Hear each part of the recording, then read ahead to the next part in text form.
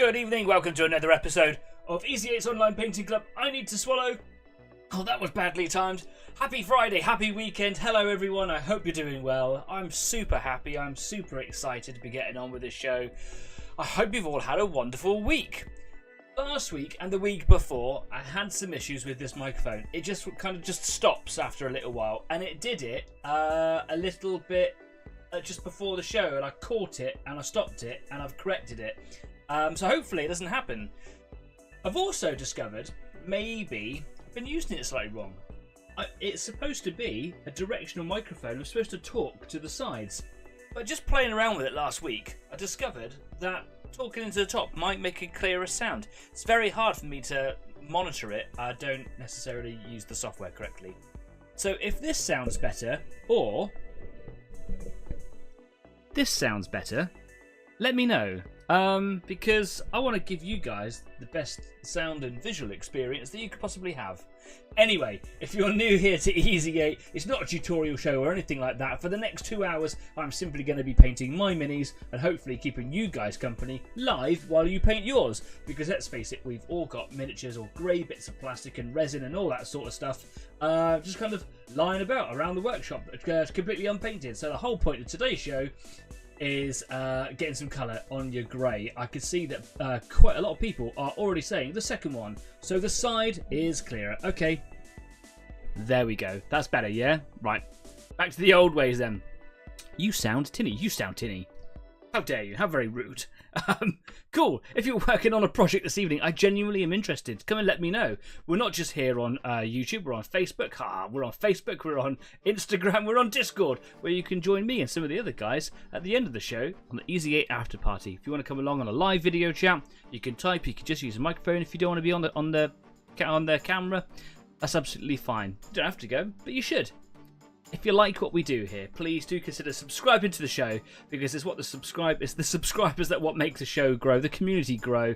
It's for you, and it's all about you, and it's got you in it over here in the live chat when you can come and join these crazy guys if you want to. If you subscribe, the show gets bigger, the community gets bigger, we make more friends, and we get to talk about all of our cool projects and stuff that we're painting. And of course, last week we had Kyle as a little bit of a special for our 200th episode, who was originally my co-host, and would really like, I'm not going to say he promises because I know what he's like, but he really, really wants to be here at least once a month. And like, he was asking for help and guidance and stuff, and people were giving him loads of help, and you guys share tips and stuff all the time, and sometimes you help me make decisions. And that's what's really cool about a community, right? So if you subscribe, the community can only get bigger. Share it out there, get some friends, bring someone along, bring your kids along if you want to. It's a kid-friendly show if you want it to be. And yeah, subscribe. Tell you what would be really good though is if you hit the thumbs up button. You know what I'm talking about, the little thumbs up button. Like every show, every time you interact. Oh, I've just made a little menu come up.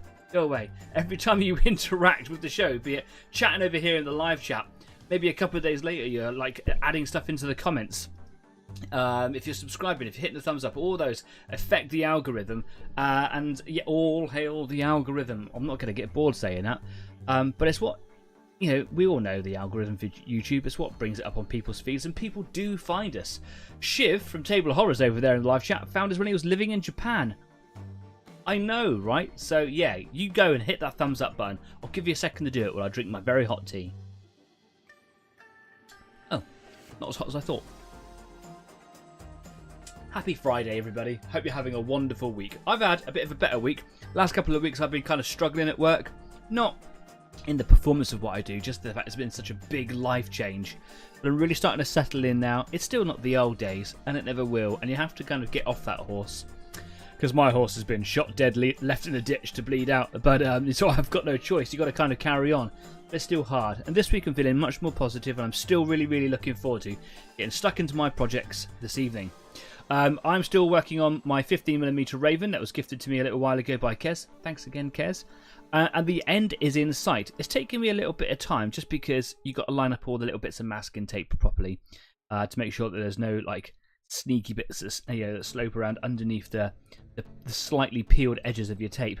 And I have let it down a little bit by letting it do that in some places. But I'm just having a great time painting something that's completely different. I've got one leg left to finish. I'm like I was gonna say I'm halfway through, but actually looking at it, I think I've still got the leg to go. But I've got one leg done. I've got like the pelvis bit in the middle done. That's a better word than groin, isn't it? And then I've got the torso to do. I've actually put a couple of bits on the torso already. And then it's just over the details, and all that is literally picking out some little details on the weapons, basically like little lights or something inside to make it look like that they're lasers or just some cool stuff. And then the cockpit, which will be fun, and then it'll just be matte varnish all over. Done.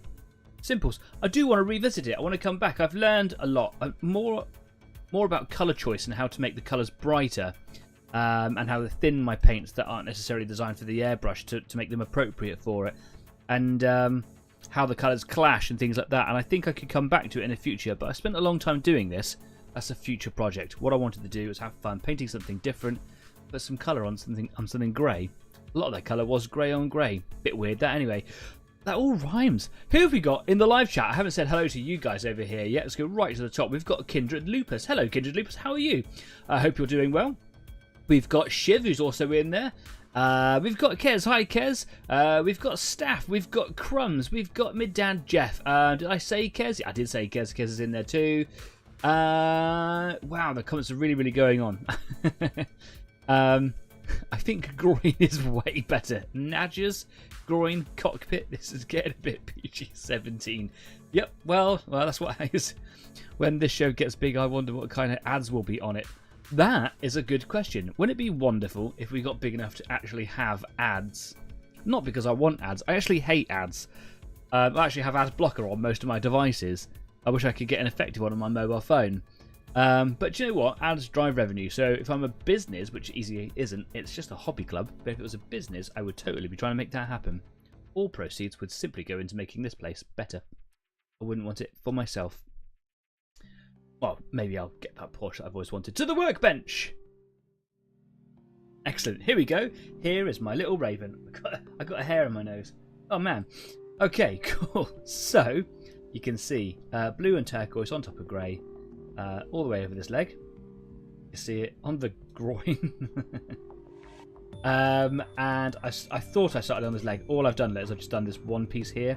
And if I remember rightly, it wasn't sticking down very well. Because as soon as you start to get the paint on the sticky side of the tape, it's the edges that are the most important part, right? It doesn't want to stick down so much. And that's when you start getting paint seeping underneath.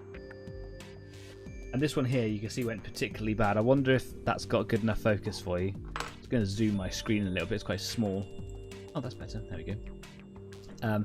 You can see here. Get that head away. Go. Yeah, it's kind of ran out a lot. And this is what I'm talking about. These little things I'd like to revisit and, you know, kind of reattempt them again and make that turquoise really pop. Because it's make that turquoise really pop because it's kind of just floating off into the distance a little bit, kind of blending with the grey. I wanted the grey to be kind of a background thing, and the turquoise and the blue to really stand out. I managed to get that blue really popping, but the turquoise just sort of blends away, doesn't it? So I will come back to it. Wazomatic adverts? Yeah, I could. Probably should start using that Wazomatic again if I'm gonna advertise them, right? Stuck to the bin. Lordy. Right, okay, do you know what? I'm just going to get cracking because I know that I can soak a lot of time into just chatting.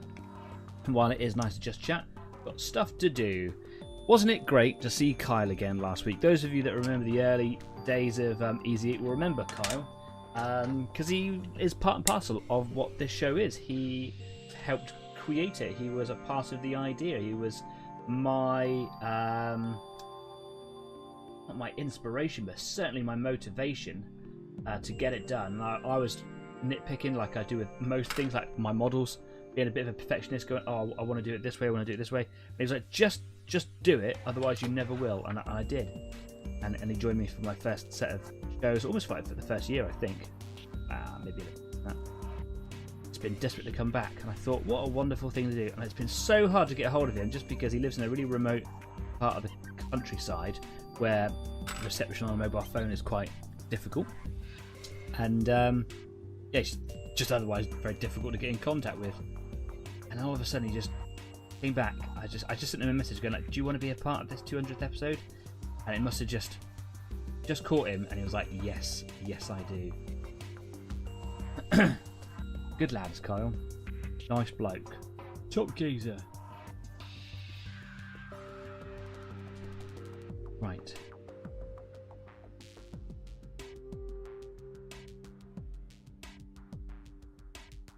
Like I've said in the past, not really trying to think too much about where the colours are going. Just that when I start putting the tape down, that it's just, you know, in a decent place, or, you know, the decent amount of it there, or you know, it kind of covers appropriately. Pop that there, because I still need to put paint in the airbrush. Now, I actually cleaned it last week. Stop. But it is always worth. Maybe it's just the way that I clean it, or maybe because I've mistreated it over the years. It does sometimes get a bit stuck even after I've cleaned it. So what I do is you might not be able to see the needle sticking through the cap there. Take the cap protector off. As you can see, the needle sometimes gets stuck. Oh, but that's working perfectly. If it wasn't, all I would do was just take the whole needle tip off, untighten the needle itself, and then just kind of like jam it through to loosen off. But I cleaned it out well enough. There's nothing to worry about there. So that's good. Right.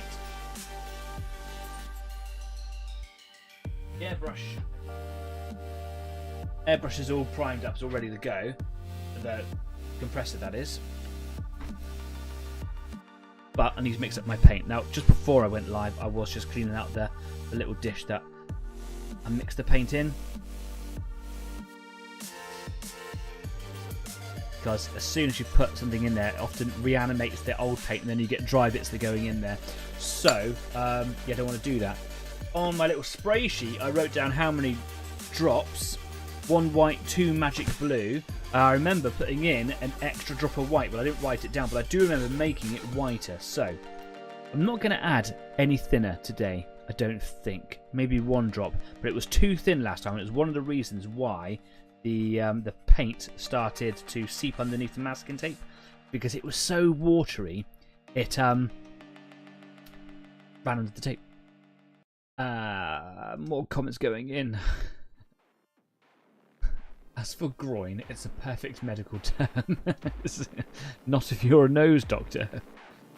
Nose doctor is nothing to be sniffed at. Oh, the puns are coming in already. They're coming in super early. They tend to blow me off, so they don't do it. I've got to stop speed reading. That could have got very over 18. It's a perfect term, but maybe not appropriate for a nose quack. Oh, you guys. 1 drop. 2 drops. My ratio was 1 to 2. Doesn't mean I've got to put just 1 drop in. I've just got to make sure that it's equal parts. Because obviously I want some paint to make it in there. By the time that pours into the airbrush, there'll be nothing left. It'll be trailed all over the dish there. And then 1 and 2. Kind of getting into mixing paints now that I've been brave enough to actually have a go. It's scary. Well, that's not going to pour anywhere, so I am going to put some thinner in there, because like I say, I need that to go into the airbrush itself. So might actually put a bit more in. I'm going to do a double quantity. Here we go. I've got to do the head of the mech as well. So 1, 2, lush, and then back to the white. So what are you guys working on this evening? Is anyone working on a project, or are you just watching me? Because that's a bit sad. Oh, it's lovely. You've got to have a project yourself, right? If you are working on something, come and let me know. I'm genuinely interested. Tell me all about it. Are you having a bit of a victory with it? Are you having a bit of a struggle with it? Do you need us to kind of support group, kind of workshop you through it? Or have you found some really cool things that are really working for you that you want to share with the rest of the group? Because I know that Shiv, Table of Horrors, has actually come across a really, really cool way of getting some of the most beautiful golden colours I have ever seen on a miniature. Quite time consuming, would you agree? I'm only going by the process. It seems like it could be quite an involving process, but I'll let Shiv talk about it because it's very good. And if anyone's interested, Shiv's not on Facebook, but he has sent in Discord the pictures. If you're interested, you can head over to the Discord, or if you like, I can actually upload them to Facebook later on. But yeah, super cool. Like some of the best gold I ever did saw. It's a tint over a silver, and the silver is absolutely amazing. So yeah, definitely go and check it out. Let Shiv talk about it. Really, really good. Fairly time consuming. The hardest bit is catching the leprechaun. Gotta wait for the rainbow to come out, right?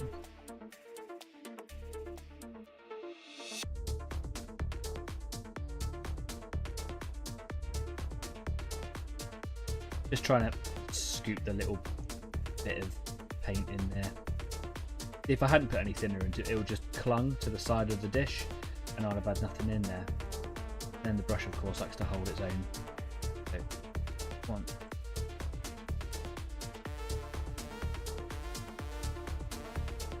Go. There. Lovely.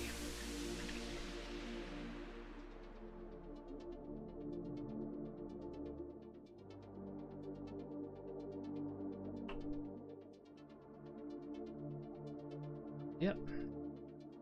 Get that out of the way. Hit everything with it. And I think we're good to go. Let's get the spray sheet down. Shotgun for the leprechaun. Bit harsh in it. Right, a little bit of an air test. Wow, that came out really, really fast.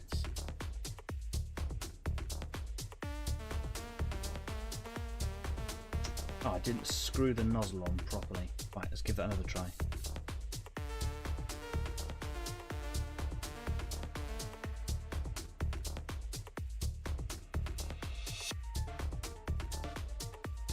Oh, would you believe it? I've wasted all of the paint in that one go.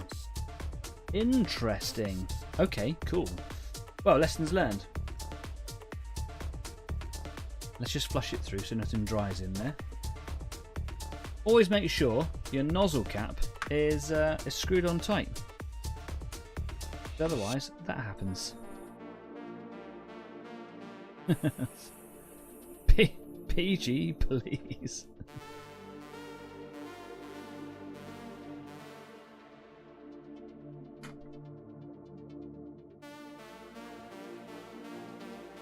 Flush it through with a bit of water, just off camera, so you can't quite see what I'm doing. I'm just flushing the airbrush through.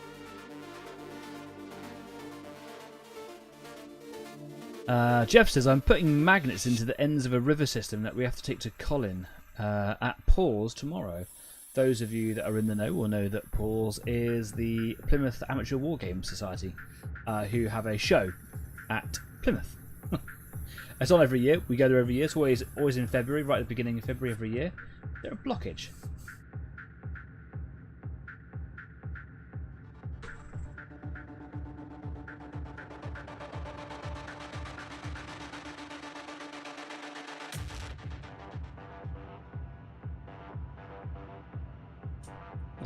Airbrush was slightly jammed. That was a bit weird. There we go. Yes, and Jeff, my dad, and myself are heading down there tomorrow, and others in the Easy 8 community are heading down there on the Sunday because it's a 2-day event. It's just nice to go and support those little local shows. And there's a few like traders and people in and around the area who also like to go to Ports for the same reason. It's just nice to go and meet all these people, catch up with them. Right, let's start again, shall we? So. 1, 2, 3, 4.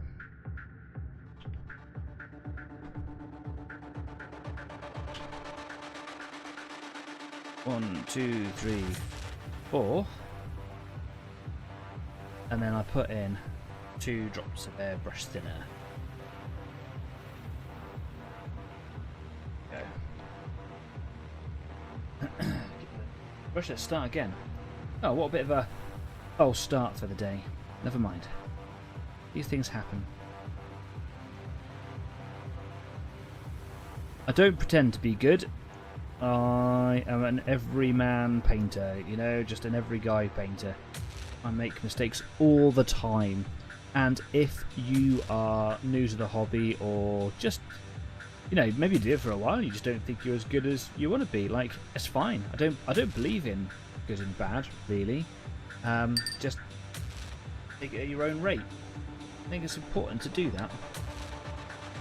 We all make mistakes. We all make errors. In fact, I think making errors and making mistakes is like, it's a really healthy way of actually learning. You won't get anywhere if you don't make all these errors. So go and make mistakes. That's my advice. I'd like to say, oh, won't leave that airbrush cap unscrewed again. I'm gonna. We know it's gonna happen. We've got some more people joining us. We've got Adrian who's joined us. Hi Adrian. How's it going, fella? You doing okay? Keeping alright? Working on a project this evening? How have you been over this week? Too many questions? We've got Mike Turner's joined us as well. Hi Mike. Same to you. How are you, mate?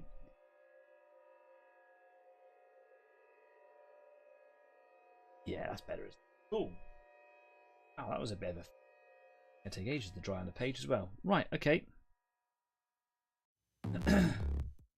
Here we go. If you don't make mistakes, how have you ever made anything? Exactly, man. Exactly.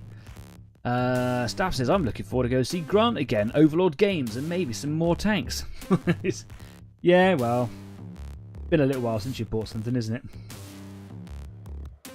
It's a shame that Stafford and myself won't be going on the same day, because won't be able to play my favourite game. If anyone ever meets Stafford out and about, it's a great game. He'll tell you all about it. You've got to play it with Stafford there.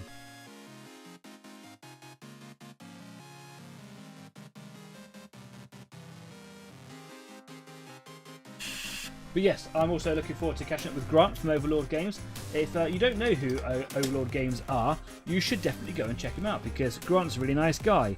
And he has his own little web store. I think he's even got his own little brick and mortar store now.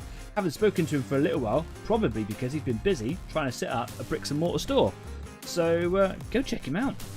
Overlord Games for all of your Flames of War and other games paraphernalia. A licensed stockist of Army Painter as well. He's got, like, I think he's got the entire range. Oh man, he's got loads of stuff. Just a really nice guy.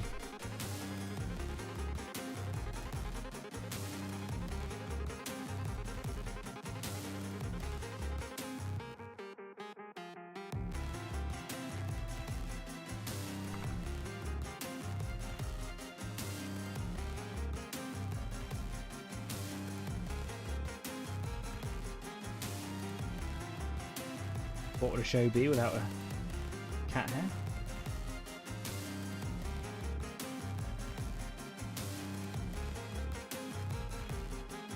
Ah, my tape's picked up a tiny little bit of old dried paint.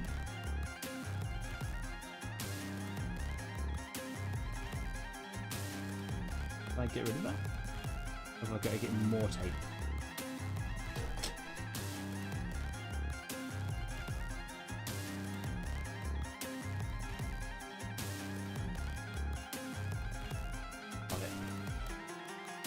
That was fiddly. Fiddly as.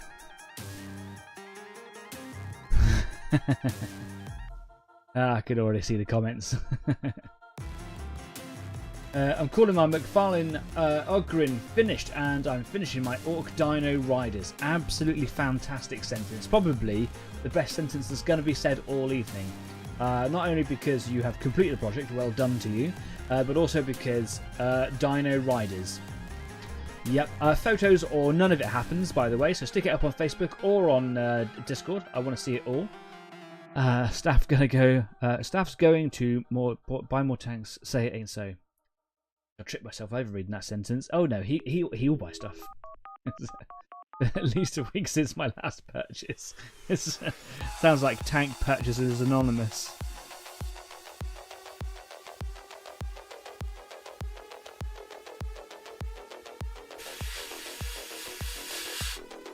roll on Saturday afternoon when I clock out. I'm on holiday from work for 8 days. It's going to be glorious. Are you going to go anywhere? Are you going to go see anyone? Or are you just hanging out, chilling out, having some time at home? Maybe a little bit of project time? You do go on holiday, photos, or it never happens. Staff says, unfortunately, Kez is coming and you taught her the game. Yes, I did. It's a beautiful game. If you play this game with Stafford, you will win. It's hilarious. Very complicated set of rules. I'll let Kez explain them to you.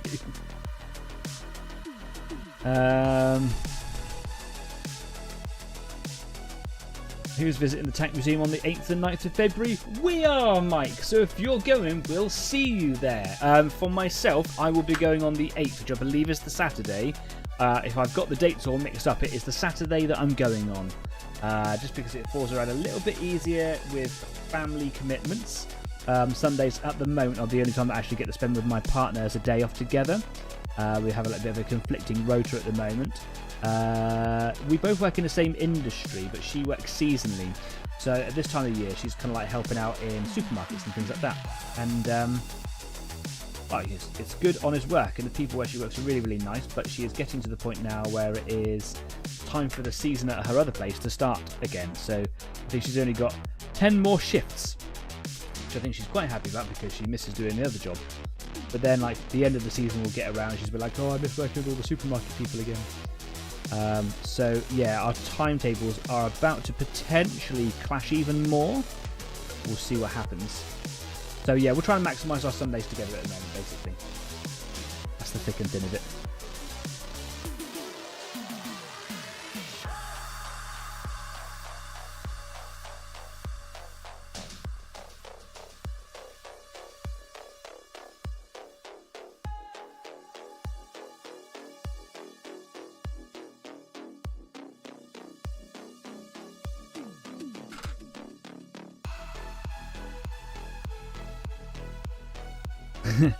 Stafford says he can't afford to play this week.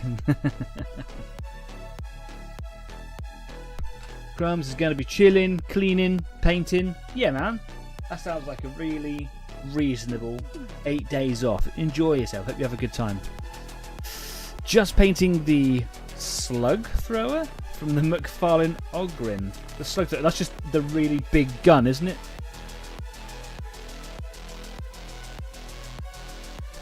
I know that orcs call their guns sluggers or shooters sometimes, don't they? Or they've got slugger boys, which is the guys with the axes, maybe. Probably just annoyed an awful lot of orc fans out there somewhere. I do apologise.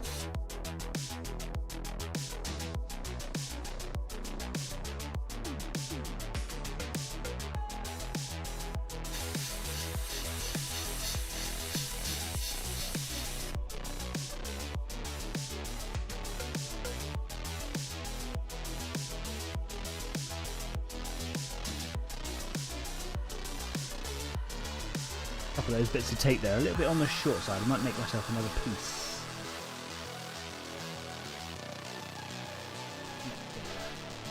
Pattern on the top of it up here. Quite a handy opportunity to try and find little bits that have escaped through the tape. Like here, I don't know if you can see that so well, but right there's a blob of turquoise that has escaped out from underneath the tape. And I can hide that now by putting a little bit of blue on it.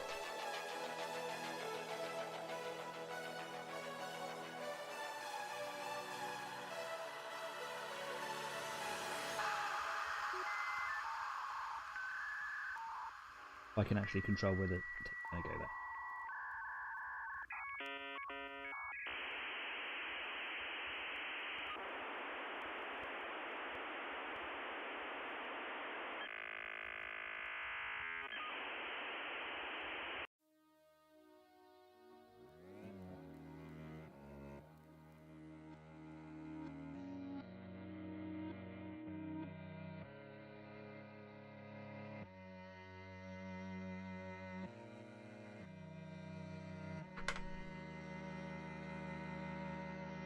Yep.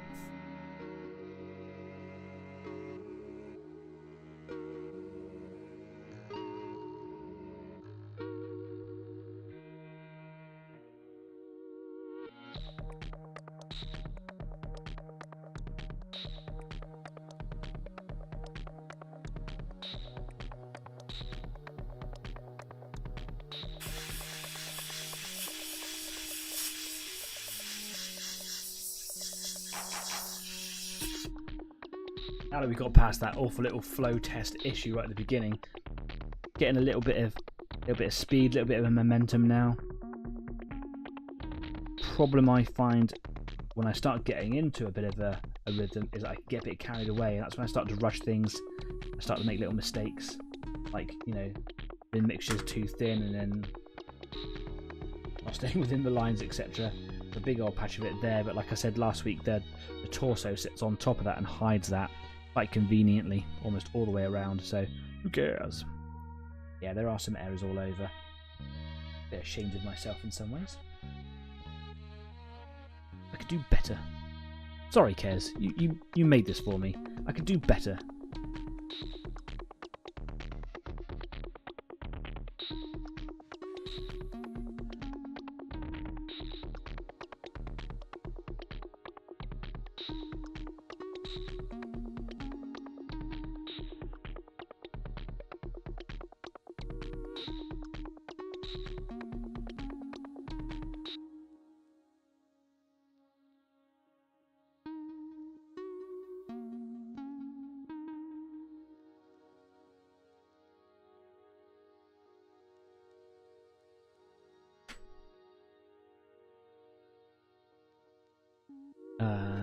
Ogrin Ripper Gun. Sounds a bit weird. You turn that into, what is it? Just, and not an anagram, just the first letters acronym. I thought it was Roll Dull. Gee, definitely very Doom and Roll Dull, but very different meanings. Big flatulent giant. Yeah, that sounds like Stafford.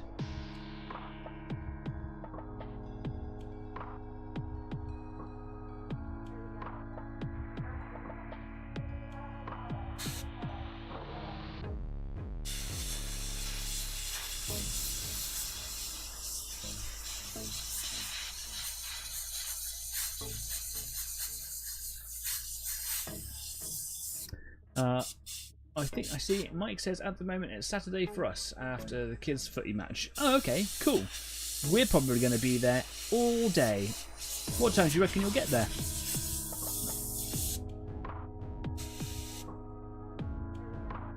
And are you taking the kids as well? What a great day out. It's not just tanks, it's going to be models there as well.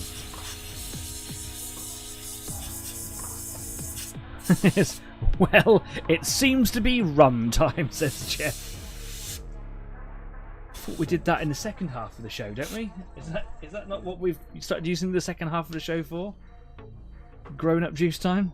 Has grown-up juice time come too early today?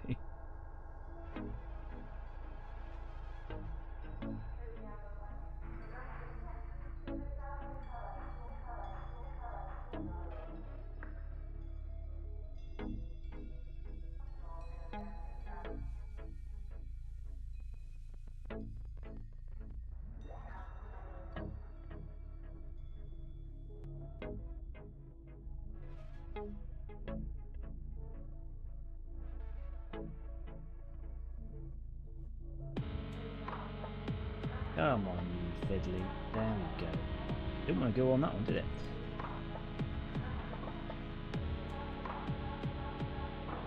Dry January finishes at midnight. Can't come quick enough.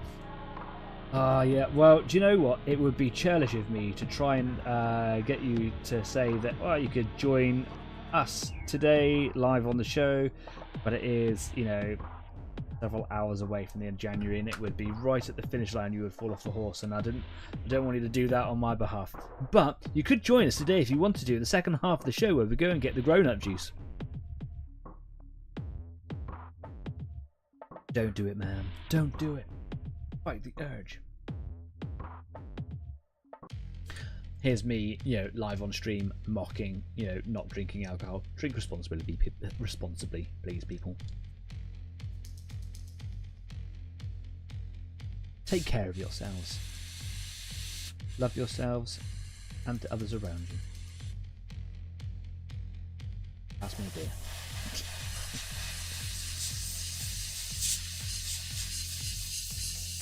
I jest, of course. I like ale.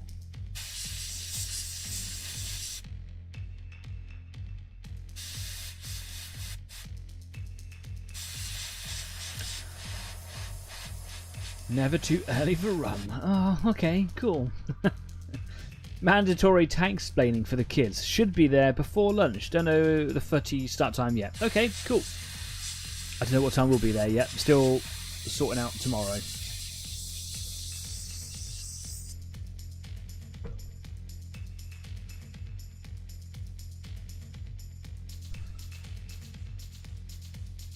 Oh, look at that.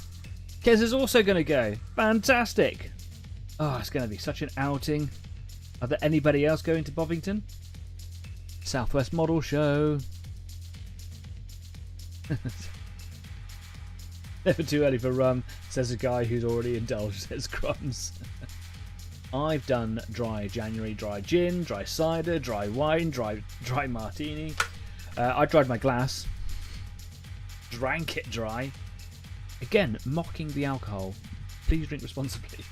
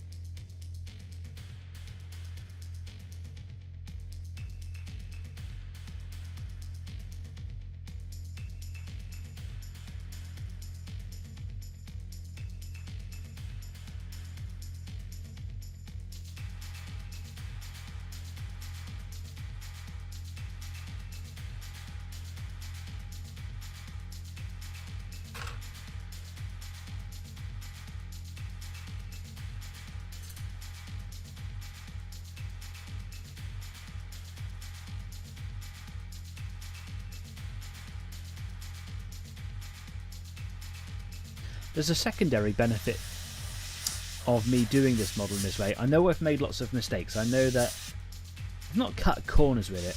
I could have just planned it well. I didn't execute the plan very well. But one secondary benefit that wasn't a part of the plan of doing this model was that it is teaching me much more control with the airbrush. Not fine detail, but I'm not just, blast spraying like a rattle can, which is kind of when I bought the airbrush, I did want to develop my skills with it, but I knew that it was going to take a while, and I was happy with the idea that to start with it was just going to be for priming and base coating. It's a sensible place to start, right? But it's become so much more than that, you might expect. And it just takes practice. Practice has to be constant,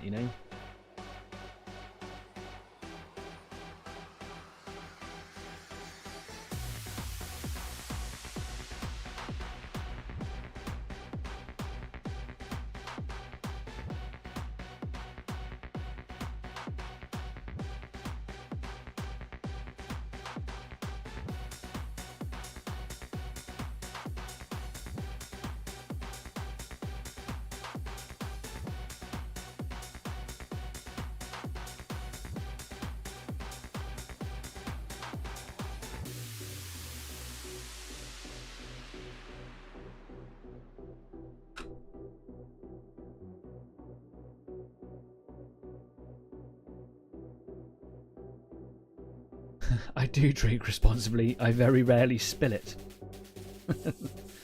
Good for you, pal. Yeah, can't have you spilling your beer now, or your rum. As a fan of dwarves, in the fantasy world, of course, who quaff a lot. Do you quaff your rum? Because that could be irresponsible, getting it all down your beard. Or your chin. Preferred lower mouth parts, whatever.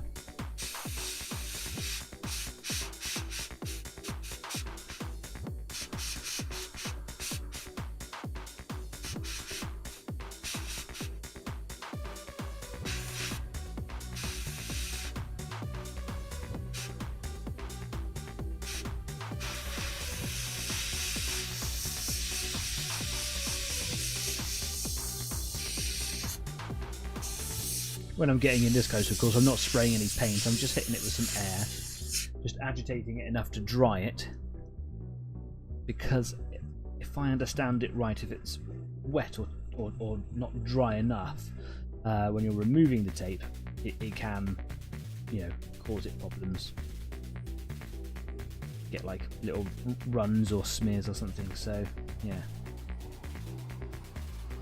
I could have done that one better, can I? Can I redo that piece, I wonder?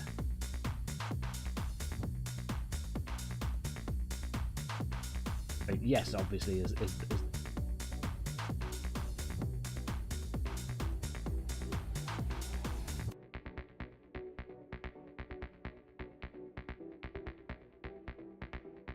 I hadn't finished doing it. I'd left the tape on it for a reason. Thought that it was done well enough when I came back to it. Leave yourself a note if you're halfway through a project.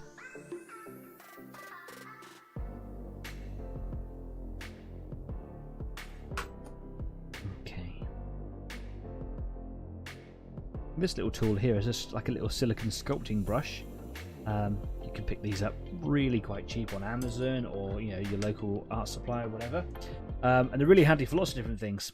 But because they're soft yet quite firm at the same time, so to speak, they're really good for pressing in the tape into creases and corners, or just smearing it flat and getting it to stick properly.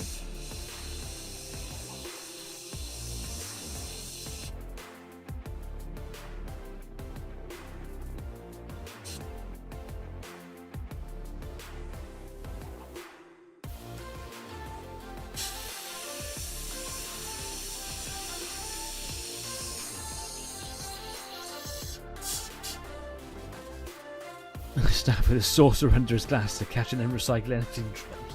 I think we're probably tarring him with a nail-gotten brush here, aren't we? I don't think he actually has a bad habit, but yes, that might be a good thing to do, Stafford.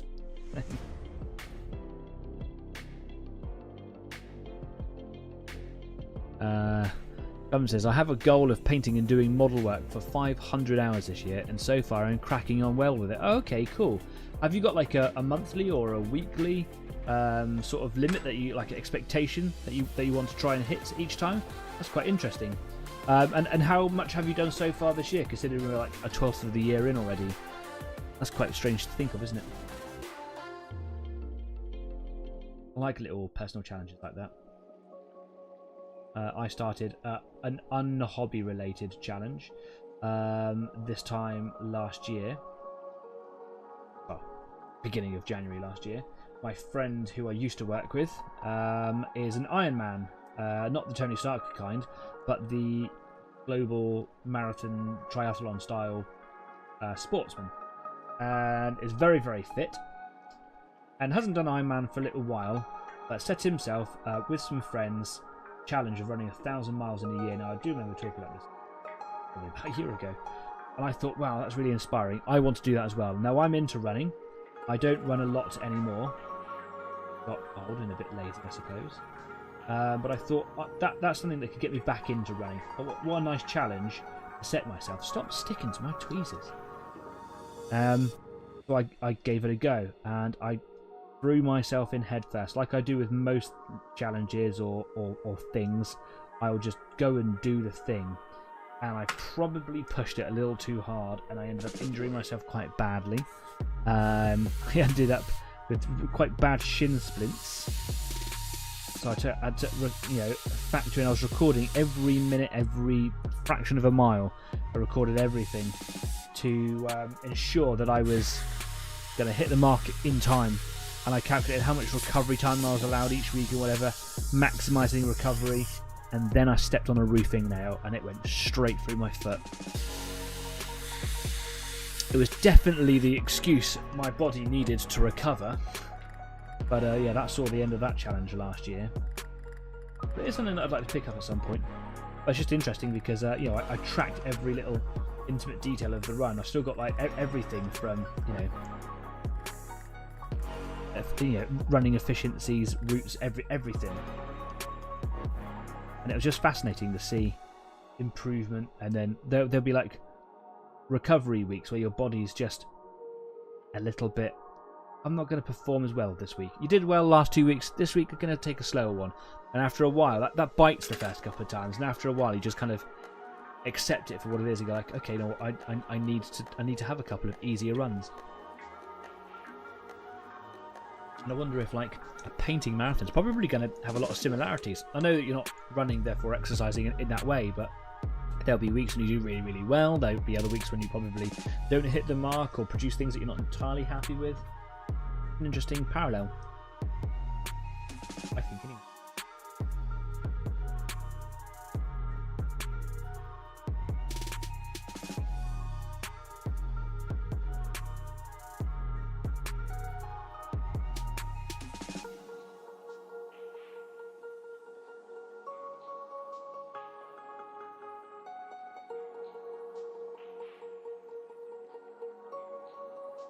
Stepping on that roof in there was so funny, yet so annoying.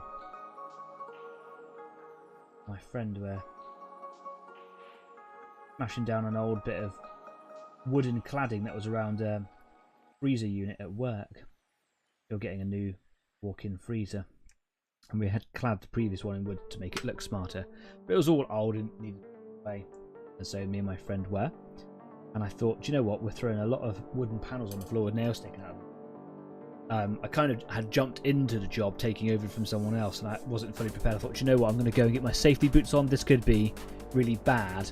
And as soon as I said that, I took one step backwards, and a roofer nail 8 inches of the thing went right through my foot, right through my butt, right through my boot, and it made a popping sound as it went through. Oh, the instant reaction. I'd hoped that I would have behaved cooler in such a sudden scenario. I did not.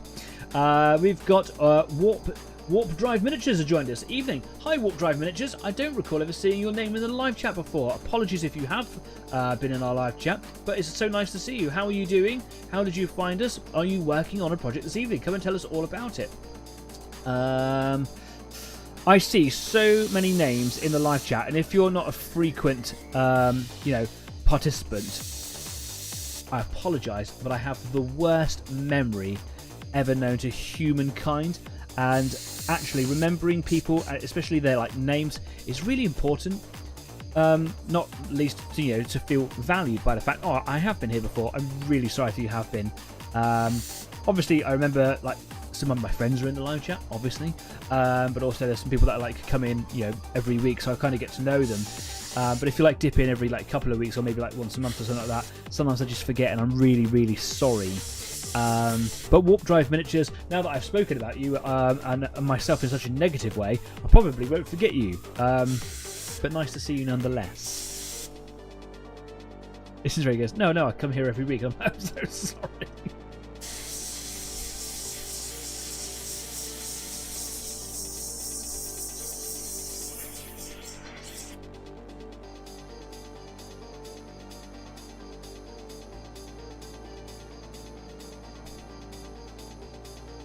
My first day at my new job, and I was talking to my line manager, and I said, who's that lady? And he went, that's the general manager. That's the lady who interviewed you. So I'm not just bad with names, I'm also bad with faces as well. It's going to wind me in a bit of trouble one day, and I'm really sorry. Excuse me. Oh, hello. Crashing into the microphone.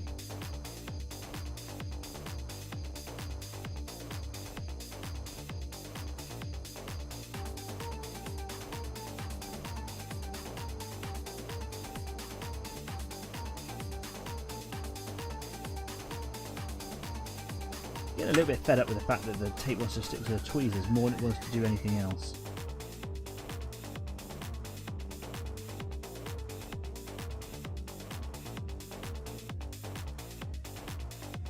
No worries, I catch your streams on occasion on another account. Oh, there we go. I'm catching the end of a conversation I haven't been keeping up with, so I'm just trying to filter through. What are you painting? Is that Mech Warrior? Mech Warrior is the title of the video game side of the BattleTech franchise. So yes, Mech Warriors and mechs are in BattleTech. BattleTech is the tabletop classic game.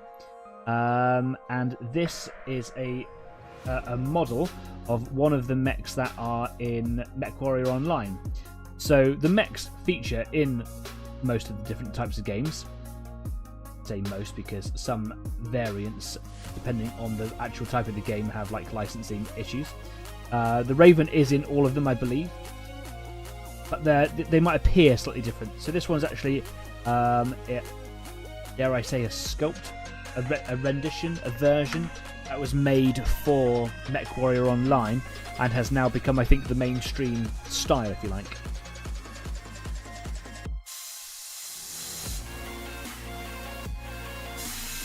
It's my favourite mech. It is a light mech. Out of the 4 weight classes, light is the smallest. It goes light, medium, heavy, and then assault, which is basically a 100-ton weapons platform. This mech isn't really designed for damage. It is an electronic warfare suite. It's got a couple of lasers on it. It's designed for electronically tagging people and, you know, counteracting their stealth and flagging them up on radar so that your friendlies can target them no matter where they are, etc.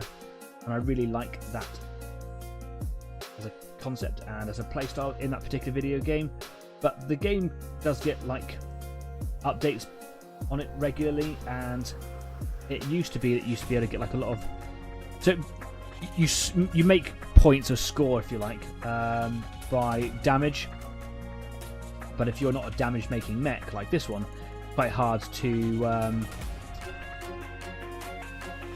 suppose to kind of make any grounds in terms of, you know, if you're not making the damage, you're not going to score very high. So they had to kind of create a metric really so that people would pilot it. So you were getting like lots of bonuses and things like that for assists and you know, lending targeting data and things like that. And then all of a sudden, for some reason, they just decided to stop that. So now the mech in that particular version of the game isn't as good as it ever was. It recently got a bit of an update and made it slightly better. It's not really ever quite hit its gold that it used to be. Quite fun going in and, you know, laser spotting someone and then just watching the sky darken as missiles come in from every other location. Completely destroy that target. I mean, if it's being overused, they've got to cool it down somehow. They can't just have everyone being killed because someone got spotted. But I think they went too far.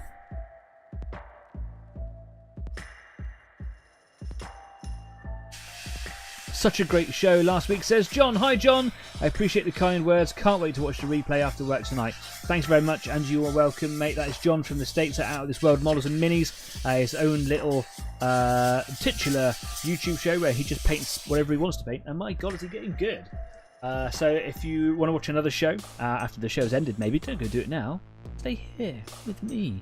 If you want to go and watch John's stuff, yeah, he paints some really, really cool stuff. I actually haven't watched any of your recent videos, John. I'm really sorry about that. I do plan to get around to it. Just work at the moment has been taking up a lot of my time. Miss you. I'll get there, pal. I'll get there. Right, I'm just doing the last... Ooh, got a bit fiddly there. Just doing the last couple of touches on this mech's feet. I just want to make sure that he's got a bit of attention on almost every joint. Doesn't have to be a lot. If I miss a bit, or deliberately or otherwise, it will look like I've just missed it. I'm just trying to get little bits of colour detail in there. And then I think, by the time I come back from our break, which if you're new will be 10 minutes, filled with jazz, once I come back from the break, I should be able to move straight onto the head. I'm definitely not going to be finishing the miniature tonight. But I'll certainly be in a position where I can finish it next week, if not before. Obviously, I've got the event to go to on tomorrow, the weekend, tomorrow. And I've also got my work, which at the moment I say it's just a little bit on the demanding side, just while I'm learning the ropes, really. And if I do get to it, that'll be really cool. I'm sure I'll be able to finish it. It is nice to finish something on the show. but this show should supplement our regular painting timetable. Thinking of two different things at the same time. I'm getting confused about what I'm saying. What are the words coming out of my mouth right now? So yeah. Well, when I say it should supplement our painting timetable, not all of us have the luxury of being able to do it all the time. It should supplement my timetable is really what I should have said. But the whole point of the show is that if you don't find the time during the week or at other times, is to make sure that you have the opportunity to carve out a couple of hours every week, even if you can't stay for the whole thing, you know, go along for an hour, but you know it's almost always going to be here waiting for you live, a little bit of company. Come and paint your stuff and find time for your hobby. Hobbies are really important. It's not just about having fun and dicking around.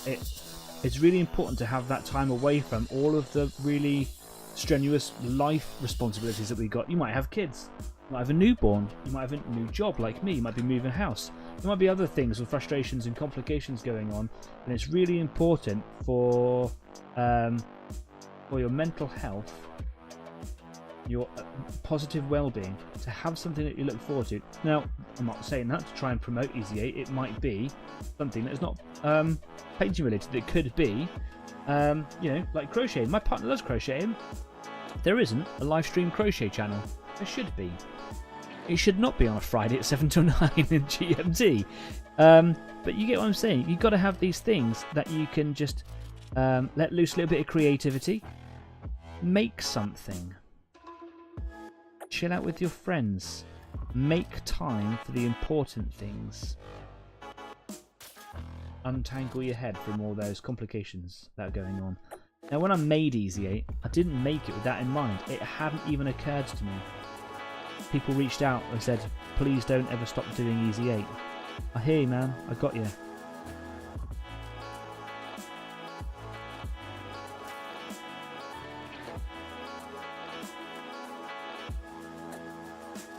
I would love, and I'm a big advocate for mental health. I got trained in mental health in my previous job, and kind of looking after yourself, and I just became so much more aware of it. And at first, it felt really hippy dippy, man. Just woke in Gen Zs or whatever. No, it's awareness, and it's a positive thing. It's really important, and I would love to be able to have some sort of a community project where we really focus in on health and well-being in the hobby world. I have been planning, but I have not got around to, because of life events, a podcast, an Easy 8 podcast, and there has been and there is a collaboration in the works. Initially it was quite top secret, but I can talk about it a little bit now because, well, it's just no closer to coming around, so it's just kind of nice to talk about these things. It gets them out there in the world.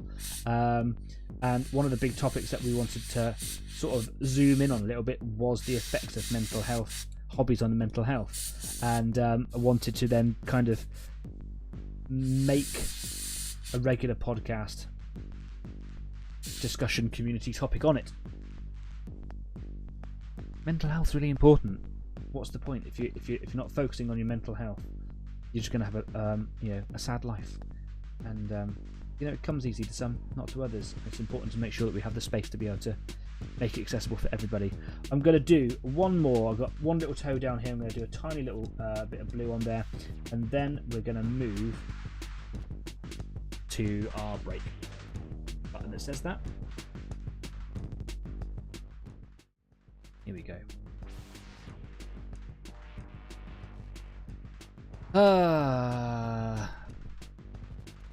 Just going to see if I can catch up on some of these things.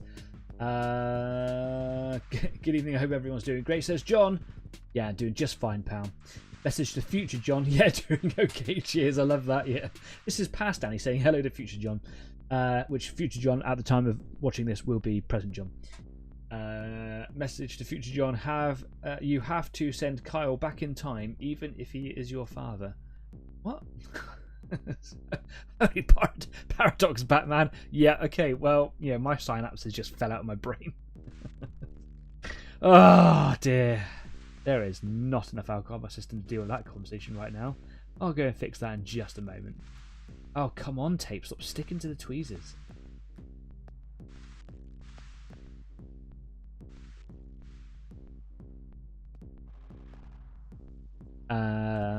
Hadrian, Table of Horrors, addendum to message, free up more time so he can join Danny more often. Yeah, man, that'd be cool, wouldn't it?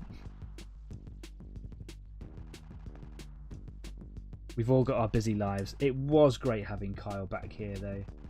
Don't get me wrong, like, I have missed the guy. I haven't actually been physically in his company for some years. When he moved away, we kept in contact through Easy 8 the show, and that's another thing, isn't it? You know, this little show connects people. I mean, look, Shiv found us from Japan. That's incredible. John sees us from all the way over in the States. I mean, literally thousands of miles away, man.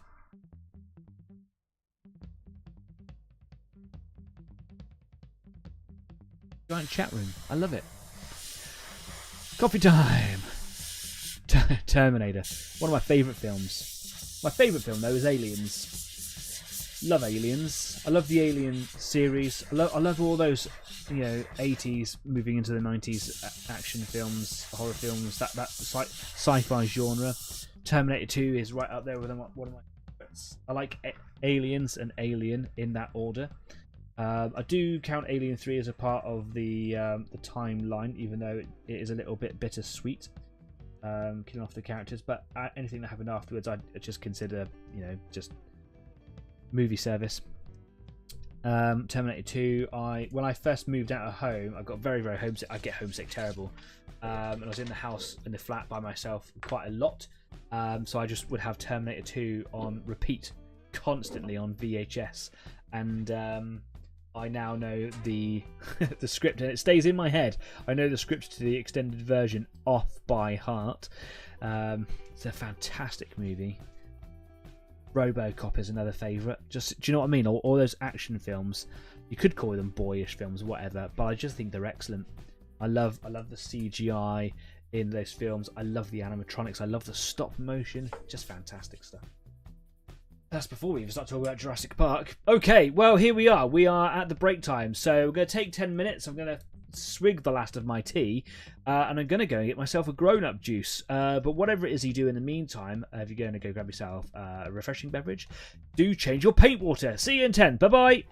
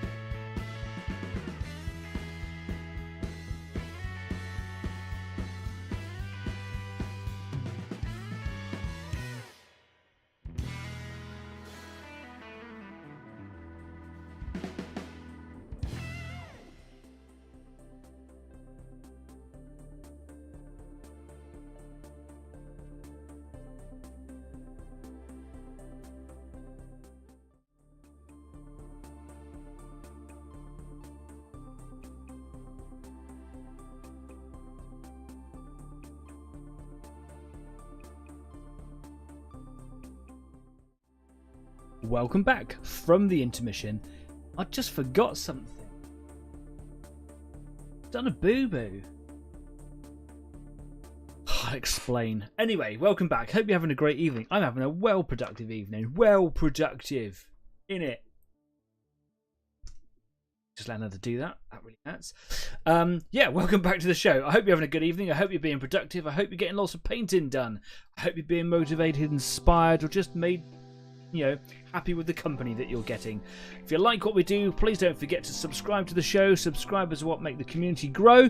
Invite a friend along, tell a friend, tell a family member, put up a poster in your street, whatever it is. Get someone to come along. Bring your kids if you want to. Get them involved in the hobby as well. Don't forget to thumbs up the video. I'll give you a second to do that. Go on, go now. Thanks very much. If you haven't thumbs up or subscribed already, please do so. It really makes my day if you would. Also, if you're in the live chat or if you're making comments later on the video, all those little things affect the algorithm, which really helps us spread the love and the word of Easy 8. It kind of gets us out there. I promise you we're not a cult. It's just occurred to me that speech might be a little cultish. So, subscribe and reap the benefits of a higher reward system. Okay, cool. So, second half, I normally like to chill out with a beer or a grown-up juice beverage. I brought my glass. I brought my little measuring jigger. It's the way that I make sure I'm not drinking like an idiot.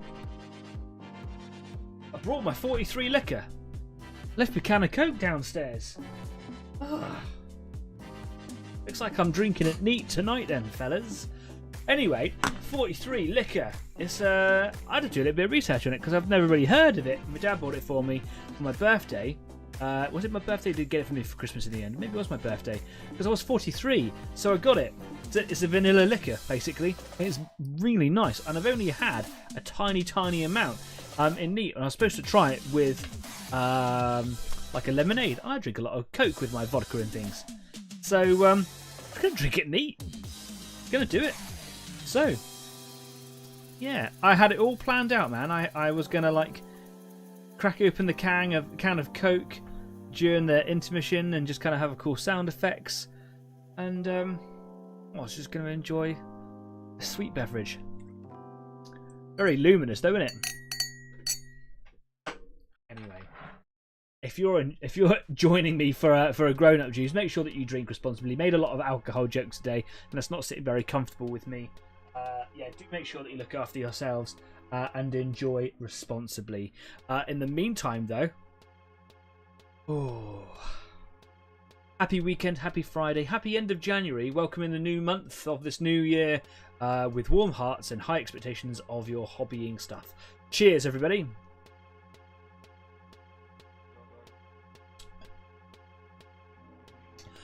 I could drink a lot of that.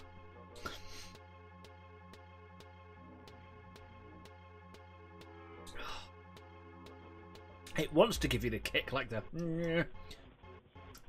God. Get some of that. You won't be disappointed. Yum, yum, yum. Thanks, Dad. Anyway, if you're working on a project this evening, do let me know about it. I'm genuinely interested. That's why I do this show. In the stuff that you do. I'm motivated by the stuff that you do. I'm motivated by the fact that you guys are just pumping out stuff all the time. Adrian, every week, is going, done this one, done this one, done this one. Love that. My mouth is really watering now. That is Moorish. Wow. That is sweet as well. Be careful. Yikes. So if you are working on something, please do let me know all about it. I am genuinely interested. Take a photo of it, stick it up on Facebook or on Discord, because we're not just here on YouTube, we're on those two platforms as well as Instagram. Links to all of our descriptions are all downstairs, down there in the usual place, you know the thing. And there's loads of links down there as well for other cool places, people, services, businesses, everything. People that I've just met on the way on the incredible Easy 8 journey that I've been on. Go and check them out, but not right now because you're here with me and it's live. Go and check those guys out another time. Staff's going, welcome to my world. It's just... Do you know what? Went off rum. I used to drink. Rum was my weapon of choice, and I just got bored of it. I enjoy the occasional tipple of it every now and again. Vodka's normally my thing. I was going to bring some vodka, so I went and got my little thing of Coke. I was like, do you know what? I'm going to have some of this.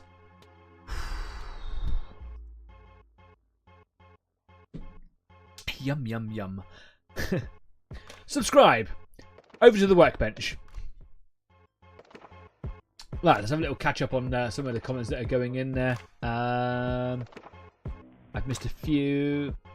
Some people are getting some paintbrushes. That's really cool. GW, or is it Leo paintbrushes? Someone's getting some new paintbrushes. That was really cool. Good for you. Someone's getting into the Blood Bowl groove. They got the bases still got the little slot grooves in them. Probably because it was cheaper to use the old molds, the old injection molds for the square bases than it was to create new ones. Cost saving, really. Also, I suppose if you think about it, for every million of those things that you manufacture, you will save a considerable amount of plastic in each one. So, you know, a twofold tactic, really, maybe. I'm just speculating. I don't know. Amazing game. My dwarves rocked like no others back in the day. Yeah, I used to play Blood Bowl quite a bit with an old friend, and I played Orcs, and you have to forget about the ball.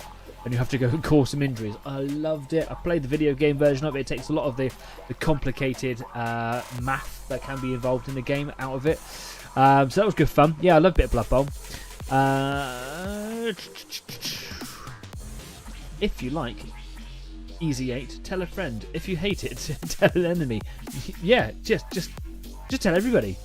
Bring us cats. We bring you subs. I'm going to tell you a little bit. I'm going to tell you a little story that occurred just earlier this week. Those of you that are regulars to the show will remember Dax. It makes it sound like I'm talking about him in the past tense. I'm not, just that he appeared on the show in the past. He went missing at the beginning of this week. He went missing for over a day. And we were on social media, just everything. We were out searching, we were walking up and down the streets. There's a park at the back of my house. There's a cemetery nearby.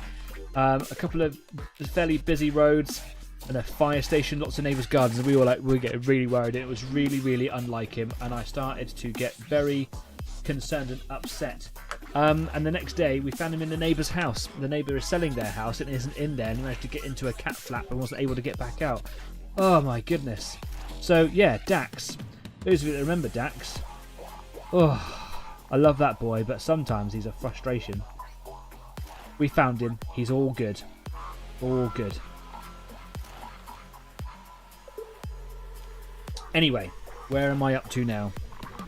I am onto the head of this mech. Progress is coming along just perfectly. What I'm just about to do, I've just replaced my bits of tape because they were getting a little bit old, is I'm just respraying this old blue, because this was before I realised it wasn't bright enough. It's a little bit on the darker side. If I compare this blue here to the blue that I've been doing on the bottom part, you'll see that there's quite a luminosity difference in there, isn't there? So yeah, I'm just going to go back over it. A quick flow test, because it's been sat there for 10-15 minutes. There we go. All is good.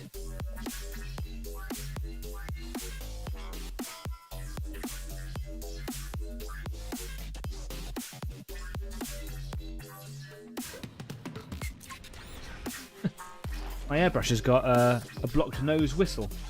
Interesting. Seems to be working. Tape's just popped off the side there. That down.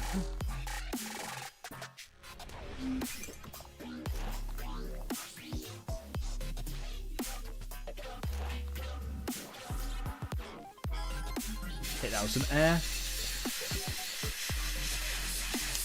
Kindred Looper says, guys, I need some inspiration. How to add contrast to the black hand grip?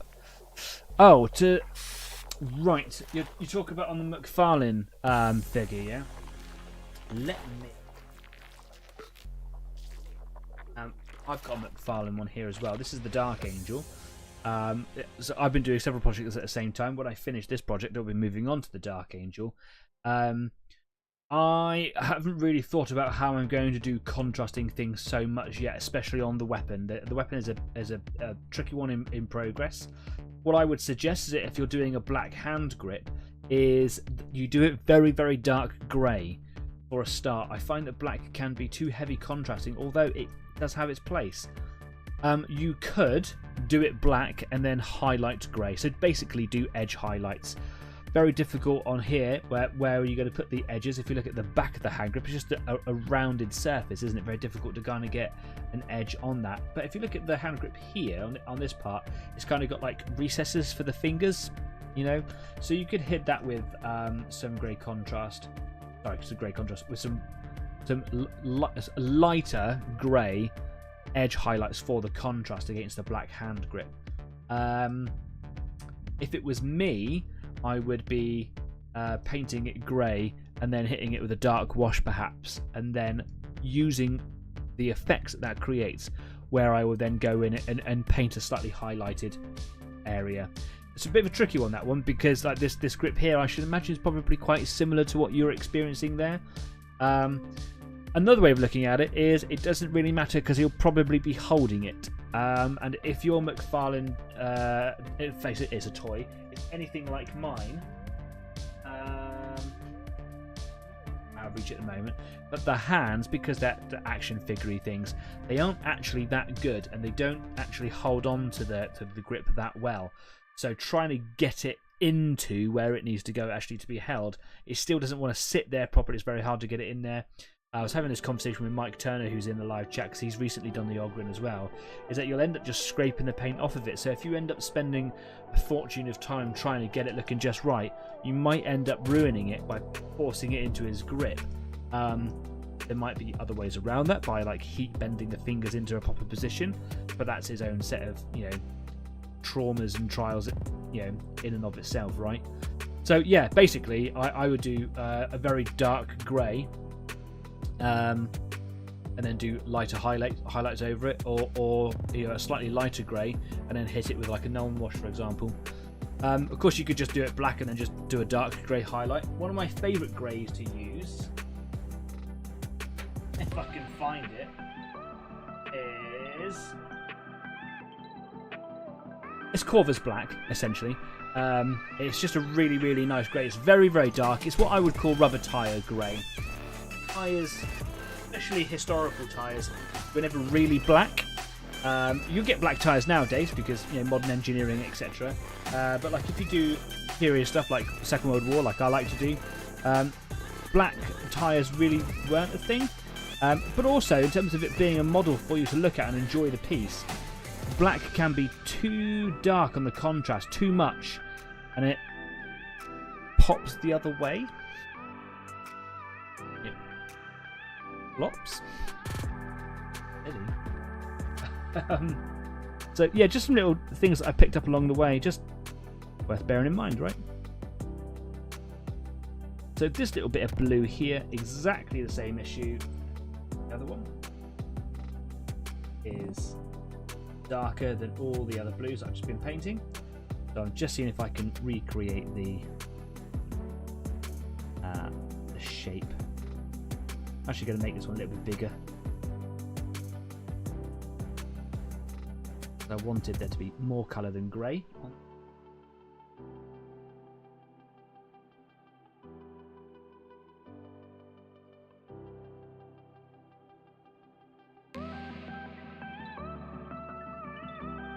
Actually make that a bit bigger, can't I? Come on. Be brave, be bold.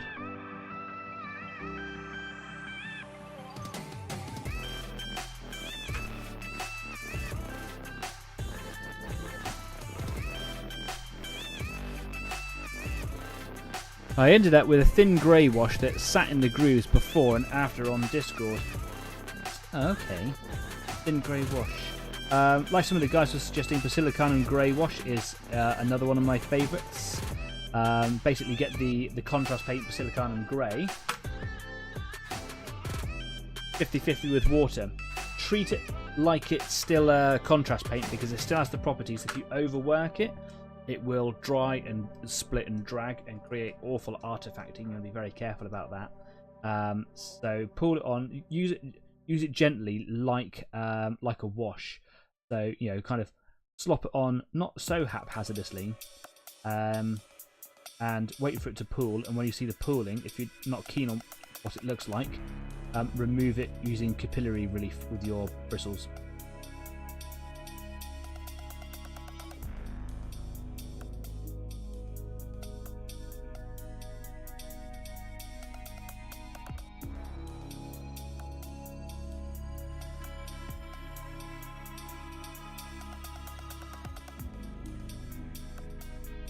better. Just trying to create a unique shape. I'm just doing a lot of interesting quadrilaterals and triangles, and I wanted to break up a little bit by adding just the corner of a piece of tape into a triangle, and it kind of gives me like a Twin Peaks mountain. Yeah, Twin Peaks, remember that? The old one, obviously. Scared me as a kid. Never told the old man that it used to scare me. There was one episode where someone's face was coming through a door handle or on the wall or something. Oh, mate, that gave me the GBs. There you go, Dan. A bit of childhood insight there. Used to enjoy watching it with you. Scared the bejesus out of me. Bet if you was to go back and watch it now, it'd probably be quite dated. I think that they did a new one recently, didn't they? I think it was the same concept. Twin Peaks.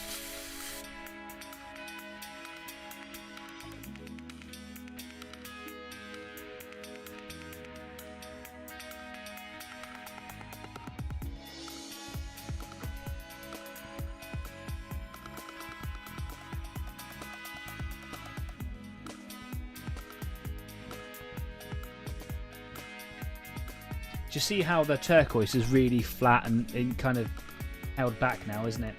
Real shame. But, you know, lessons learned. I find that valuable. Have we got any other blue on here? I don't. Wonderful. Right. Keep on going, I suppose.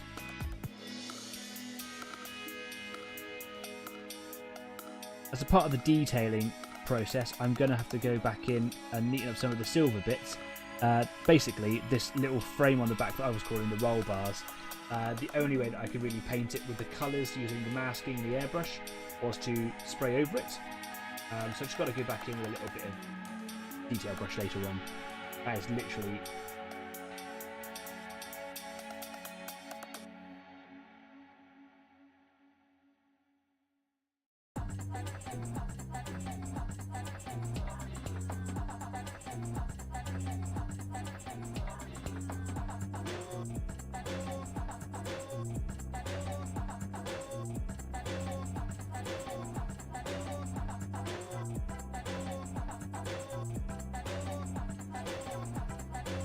This is a bit of a tricky part, because it's really hard to get the tape underneath that frame. And of course, if you don't, then you run a very serious risk of it spilling out around the sides.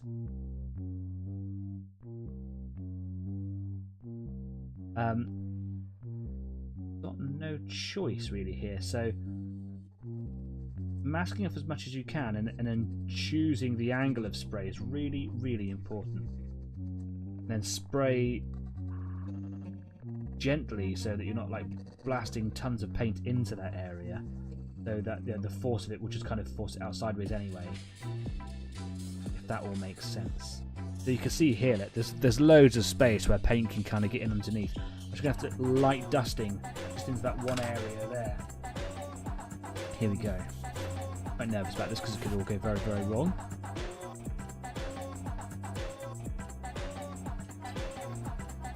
That was in there. Dry that off straight away.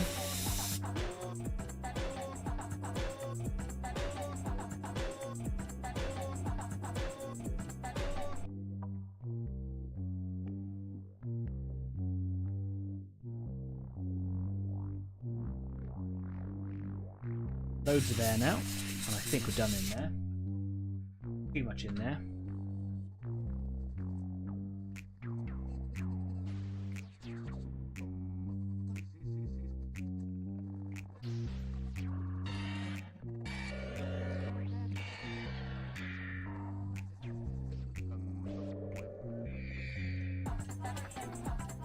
Just a little bit, just to make it look like that I did have the time and attention to get in there, so that's pretty cool.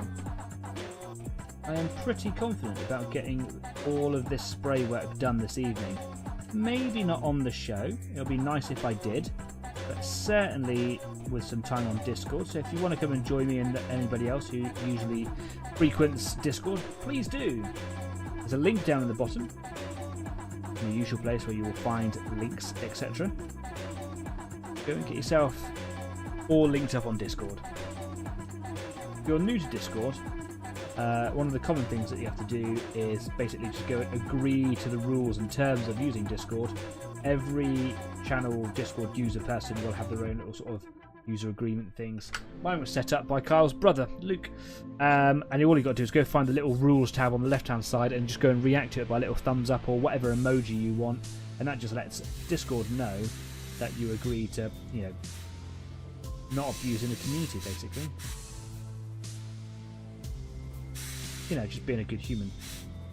And then you can go over and just join us in a video chat if you want. And I say you don't have to be on video, you can just join us on microphone. You can just type. Or share your pictures, etc, etc.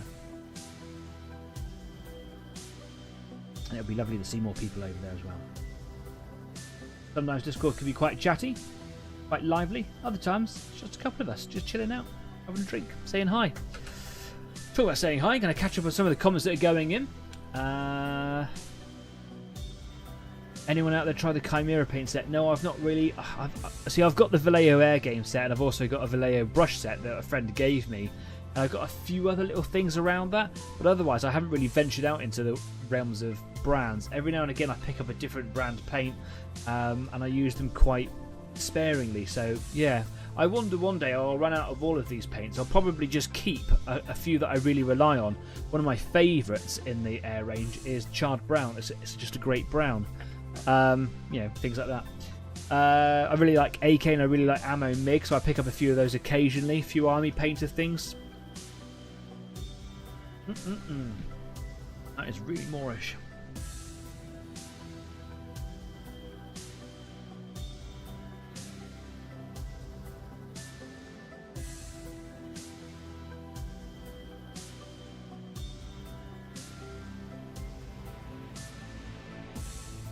Kindred Lupus is off for the night. Catch you guys later. Probably going to skip the after party. No worries, mate. Thanks for coming along. Lovely to see you again. Thank you for stopping in. And I hope that your projects are going well. Enjoy the weekend. Ciao for now.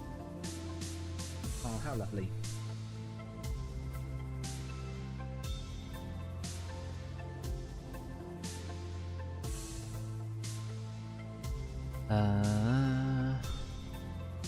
And that's just everybody else saying goodbye.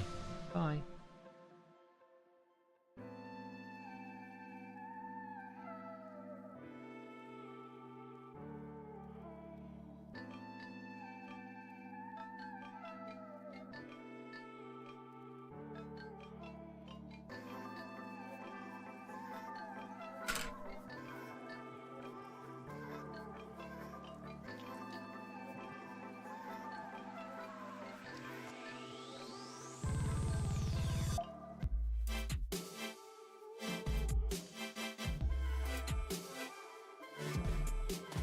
I wonder what Kez, if Kez is still watching the show right now, I think she is. I wonder what she thinks of my paint scheme.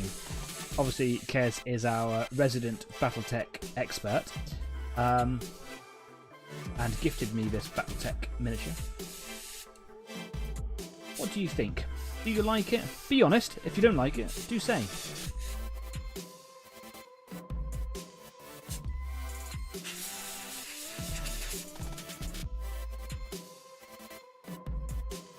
I'm not scared of your opinions. Go in here with your I don't likes. You tell me. No, it's rubbish.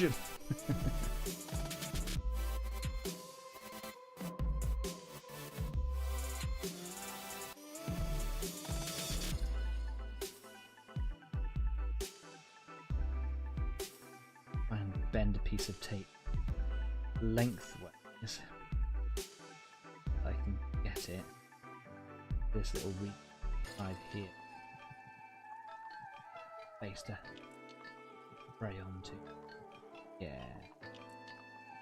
Bit. Peace.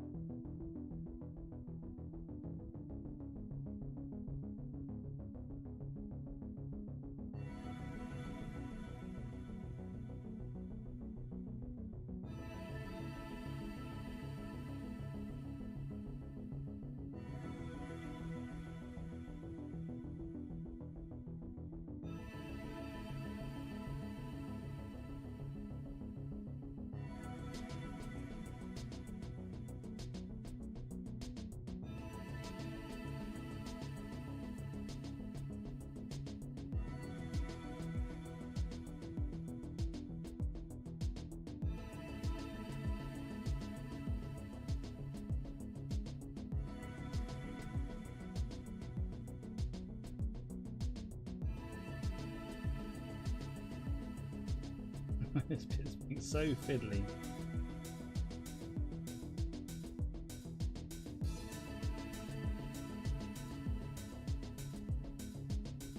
It's really frustrating sometimes. You just really got to just be patient and bear with it, because any frustration you've got is just going to come out in the work that you're doing, and you don't want to ruin your model. Take your time, right?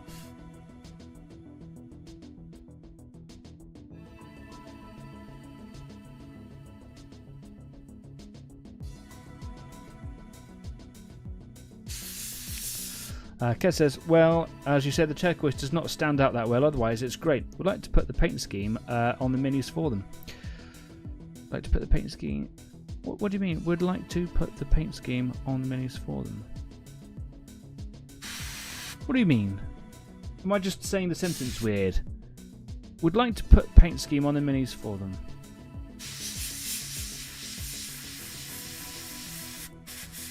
But there is no way I'm spending the time doing that, considering how many other things.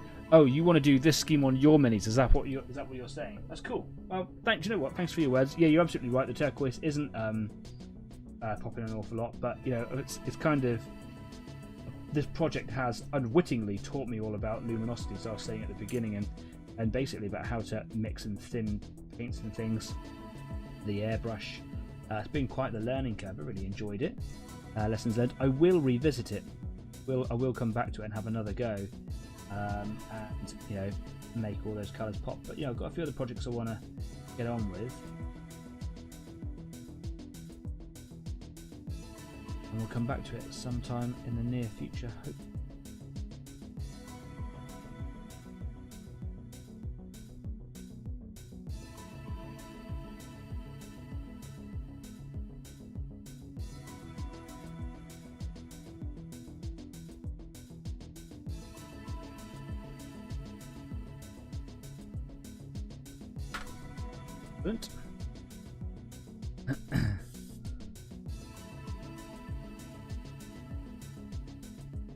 I'd also suggest that the scale that you're painting, because you're painting in the standard Battletech scale, that masking and airbrushing that many anyway is probably not the most effective way of doing it, even if you're just doing like a small amount.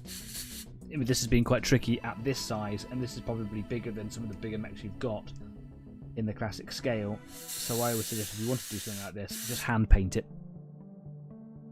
Sit there for 20 minutes, plan it out where you want each of the colours to go, get all your colours ready, and literally hand paint it. Go light and bright. The smaller, better if you do lighter colours. And I'd go for some hard-hitting contrast on the washes. Now, what I should have done is applied the unifying wash over all of it when I finished it, but I rushed it. I got a bit carried away one evening, if you remember, and I just did it kind of by accident. I just kind of wanted to do it before the end of the show. It all looks good, but it means that these colours don't have that unifying wash over them, so I will have to think of a way of solving that.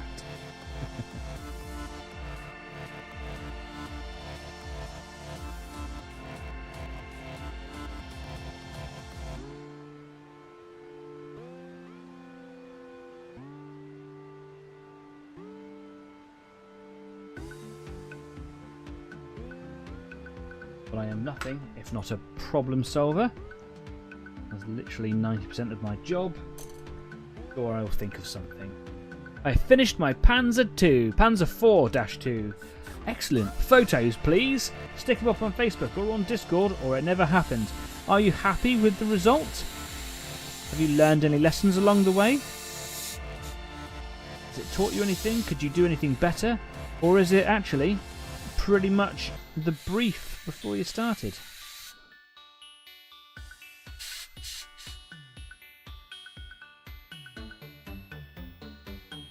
If you haven't briefed, you should learn to brief. It doesn't have to be a big brief.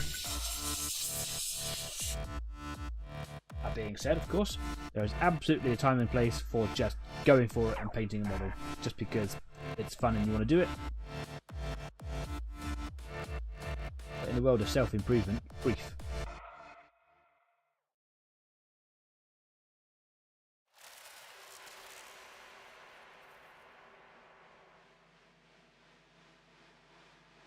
by brief. Have yourself a set of expectations and an image of what it will look like in your mind's eye as a finished item. Think about how you're going to get there, the journey it's going to take. If you don't have a proper brief, you'll end up doing what I did. You'll end up washing the thing with a unifying wash before it was time to do so.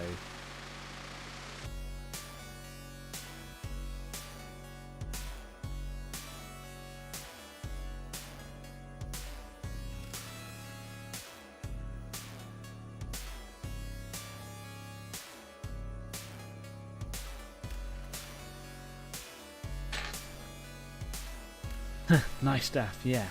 Yeah, well done for finishing something on the show. Something I haven't done for a little while. I finished projects, just not live on air.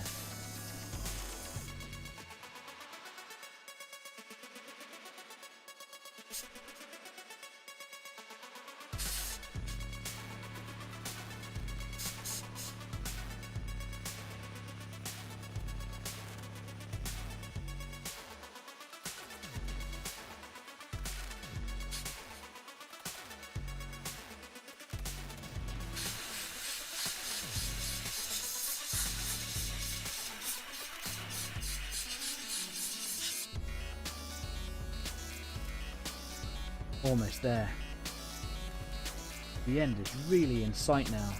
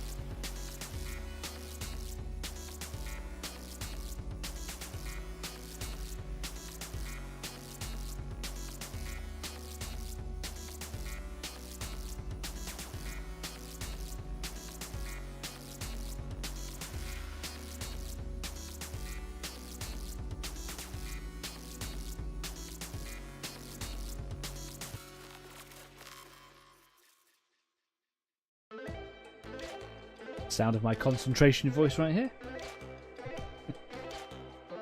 Sheer and utter silence. Great show, isn't it?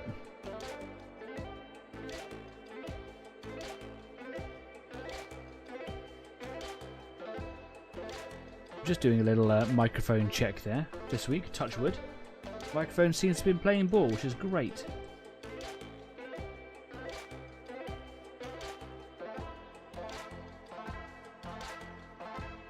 Gonna do another twin peak.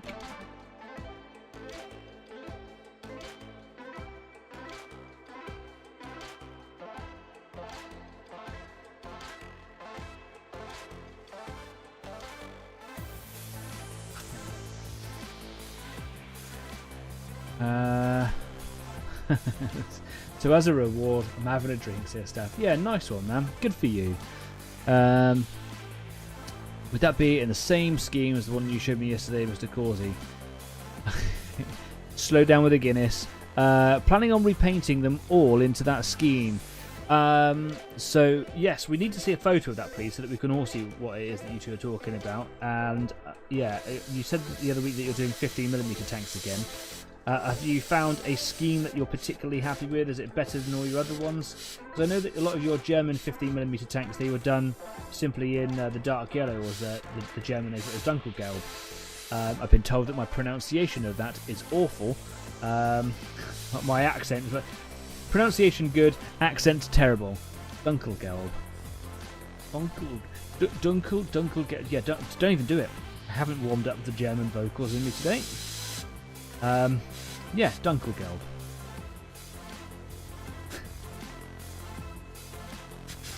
Actually reasonably good at talking German as well, but apparently my accent is awful, so apologies to any of my German viewers.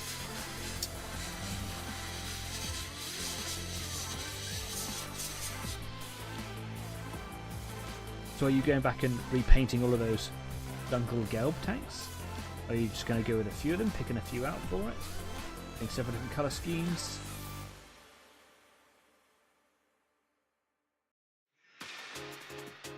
I think I might have like space for 1 or 2 more of these stripes. Looking pretty good. I'm going to do 2 more. Might do another one actually underneath the chin.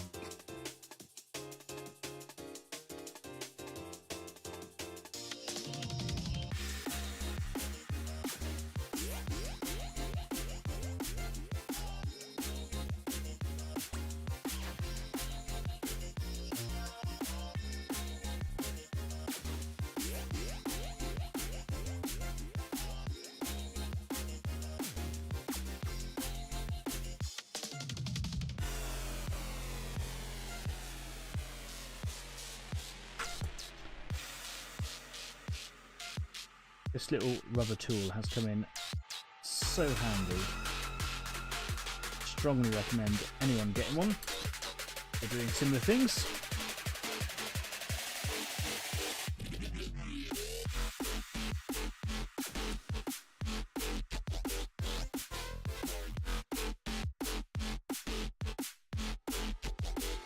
Tape wants to stick to everything but that what I want to stick it to.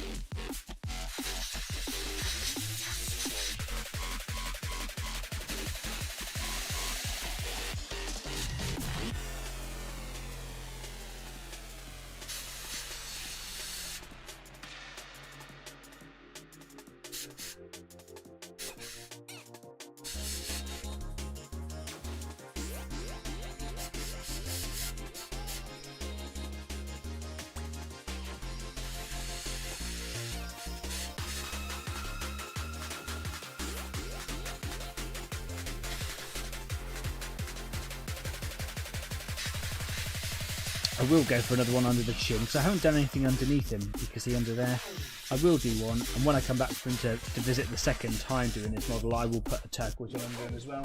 I remember deciding not to do one underneath because it would have been difficult to do with those little bits of overlapping pieces of detail, but I've done harder since. People just being a bit lazy, but also you're never really going to look underneath it. But I'll do one under there. I've got the time. But of course, we are getting close to the end of the show now. We are pretty much there. So if there's anything that you wanted to talk about, ask your friends, whatever, on the show, or just bring up as a matter of this show, now is absolutely the time to do it. We've all got lives to go and live.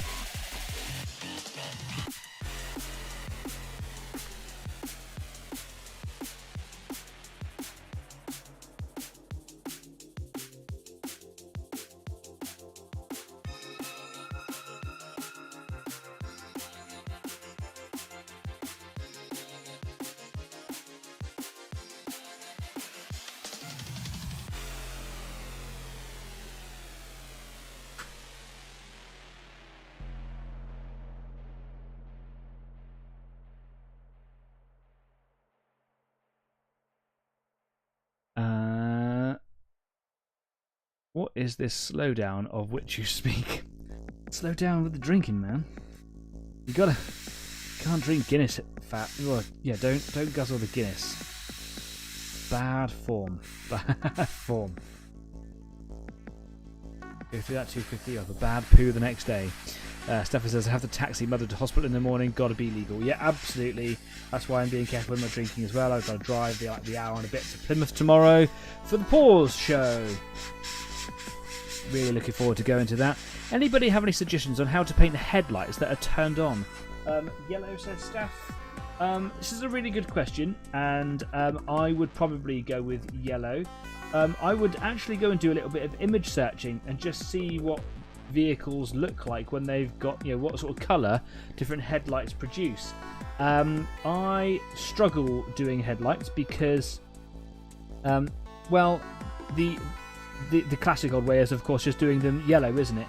Regardless if they're turned on or not. It was just the way that we used to do it back in the old days of Warhammer 40,000. Everyone did their rhino lights or whatever yellow. I remember those days. If my lights aren't on, I like to do them silver, because if you look at a headlamp, it's got a reflective metal interior, hasn't it? So I like to try to do something with silver, but if it was turned on, I suppose it entirely depends on what sort of light you want to come in from it. Yellow would be very incandescent, I expect. So yeah, perhaps have a think about what you want it to look like. And of course, any effect that you do, any colour you do, will be better sort of conveyed if you were to do OSL. You may not be ready to do that. OSL is its own thing, and it might be difficult if you're painting smaller scale miniatures as well. I can see why you wouldn't want to do it now.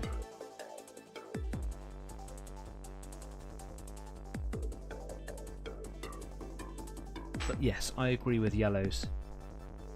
I would go with not necessarily a pale yellow, but I would be very careful, very wary of going too strong with it. So have a little play with it and try to go somewhere in the middle. Find something that's not too pale but not too strong, because if you go too strong, it's going to be very, very dominating. If it's going to go too pale, then it won't look like a light source. I could talk about that for hours, I think, and still not really fully explain what I mean. Anyway, last blue stripe going on right now. Oh, maybe I could do one on the laser there as well. Okay, second to last.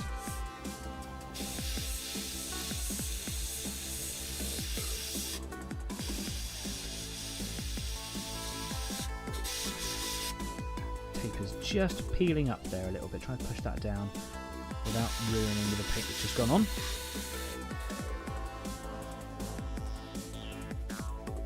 Coming from an angle behind the tape, so that would help shield that area.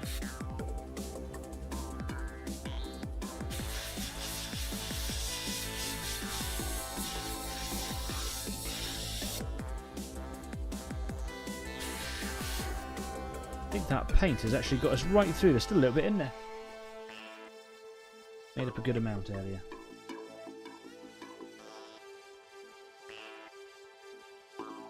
Okay, the paint didn't spill out from underneath the tape. That's good, isn't it? Yeah, I'm going to do one on the side over here then.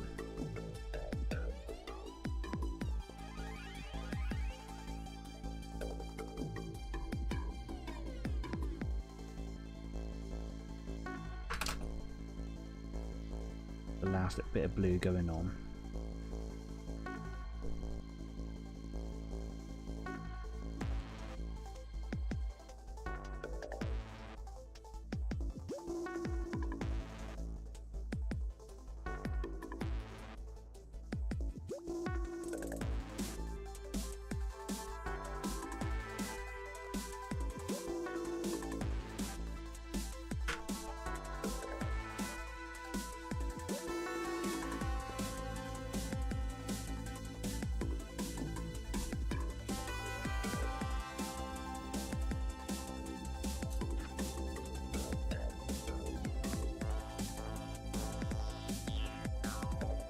Put on that bit of tape there just to help secure the top fold of it. Here we go, last little bit going on.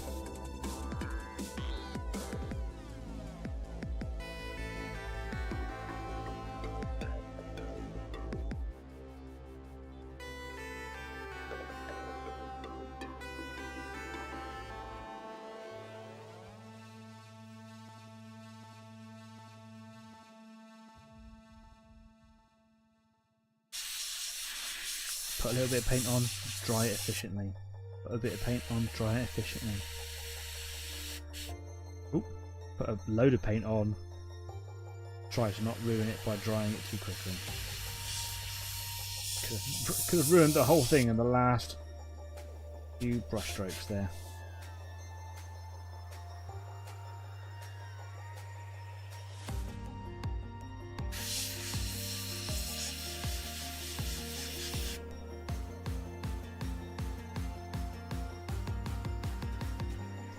Here we go. Get off my tweezers, man.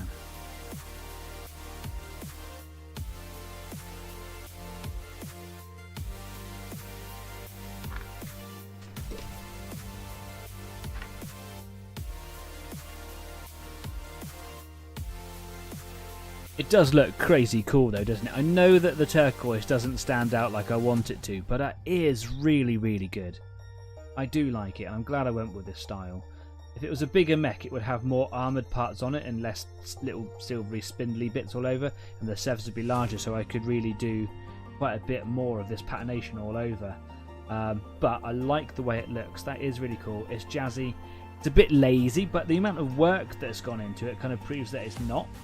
Really fun. A little bit different, and I've just enjoyed doing something very, very different. That's why I wanted to start with this project. So, what have I got to do next? I might do like a very, very quick, thin grey wash all over it to maybe just kind of bring that blue tone down a little bit, but also to kind of just pick out the details that the blue travels over some of the lines. That's a few minutes worth of work that I could do over Discord or just a little bit later on during the week when I find myself for 10 minutes. Once that's been done, of course, I've just got to pick up the lasers inside. I'll probably find like a nice bright electric blue, different than this blue, so it stands out a little bit different. I would like to paint the narc in there. I don't really know what colour I'm going to do that yet, but I will do something, maybe just the white. Fade it off with a nice sort of black, ring around the outside that kind of fades off, so it kind of comes out to very bright quite quickly. And then I'm going to do an orange in the cockpit. And I'm going to try and kind of give that some depth by adding layers of darker orange and brightening it up to make it look like there's a bit of a glow on the inside. I'm not entirely sure how I'm going to do that yet, but I've got time to think about it.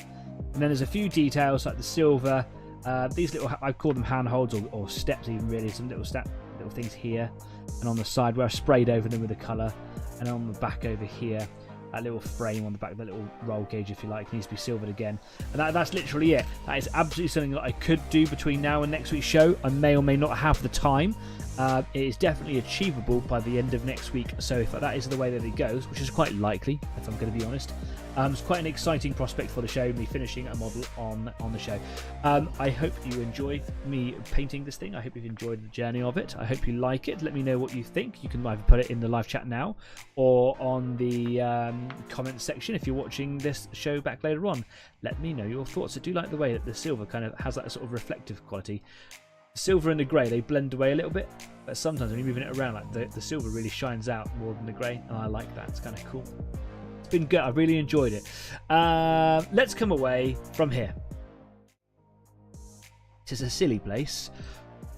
Yum, yum, yum. Oh, that is delicious. Just to catch up on those comments. Thinking more about weathering before a gloss.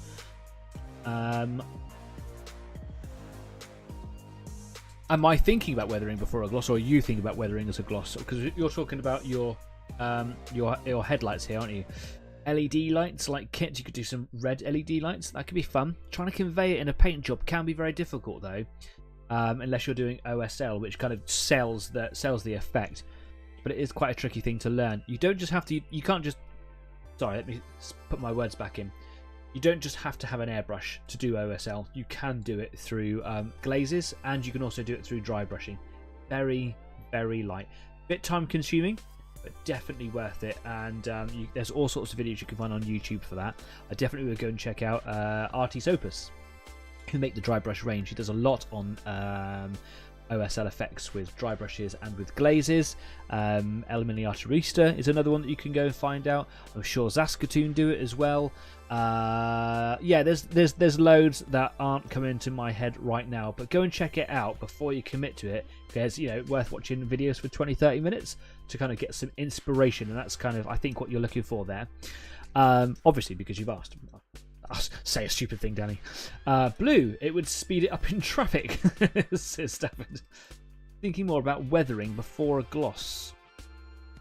You're going to do a gloss varnish over the weathering? Or weathering over top of a gloss? What is it you're trying to get out of gloss? I think gloss is a texture, is a finish, is something that you want, is an effect that you want on top of the miniature afterwards. I almost always go for a matte finish on all of my stuff, but some things like oil stains or whatever have a glossy sheen to them. So if you put special effects on your model to kind of make it look like oil or fuel or whatever, if you matte varnish over it, it's just a colour and you lose that effect. So bear that in mind. I don't like having miniatures in a glossy or semi-gloss thing unless I'm trying to convey a texture or a specific shine. Jeff says, depends on the colour of the model. You need a bright opposite paint. Yeah, do you know what? Actually, a stark contrast is, you know, if you've got like lots of greens and things like that, like a yellow can really pop against it. Blue might be too close. Something that really stands out in bright contrast. A little bit like my turquoise and my blue here. At the moment, it just seems to stand out too much from the model. Do you know what? Take a photo, stick it up on Facebook and on Discord. I'd love to see it. Maybe I will try a dull yellow. Yeah, try that. Maybe this year Kez will print you a Kodiak life size. That is like a 13-meter model that I don't think my little airbrush. I'm going to have to get like an industrial air gun and a parking space for it. I suppose you could argue I could park it wherever I wanted. That would be cool. You see, now you've got Kez excited. Now she's talking about Madcat Mark II, a Warlord Titan. Oh, thank you for the stream. Thanks, Danny. You're most welcome. Sounds like I'm talking to myself. I'm just reading your comments. No, thank you very much for coming along and making Easy 8 what it always is. Thank you for your company. It's not just about you. It's about me as well. I come here to paint my miniatures. At the moment, I don't get a time other than a Friday. It's my allotted time, and I've achieved a lot today. So thank you very much for your company. Don't forget that tomorrow, that is the 1st of February and the 2nd of February, is the Plymouth Amateur War Games Society's Wargaming show, which me and Jeff in the live chat, my dad, we're gonna head down there tomorrow for it, and then the rest, I think, of the Easy 8 team are heading down there on the Sunday. And then, of course, the following weekend, which I think is the 8th and 9th of February, we've got the Southwest Model Show at Bovington Tank Museum, and it is a really good gig because there's both models and real tanks in the same place, and a great cafe, and all the money that you spend there goes to a great cause, which of course is continuing the preservation of all of the wonderful relics and artifacts that are in that museum, and it's just a really good shindig. Go there, it's great fun, and I believe that pretty much the entire Easy 8 community is heading there on the 8th. That will be the Saturday that I'm heading down there, so if you want to align your calendars, get your pencils out and put that in. Saturday, I think it is the 8th. And so, yeah, that's it, really. For those of you who will see me tomorrow or over the weekend, see you tomorrow or over the weekend. For those of you that won't see me until next week, stay cool, stay classy, and see you next week. In the meantime, be safe, be kind, keep on painting, get some colour on your grey, and I'll see you next week. Take care for now. Bye-bye!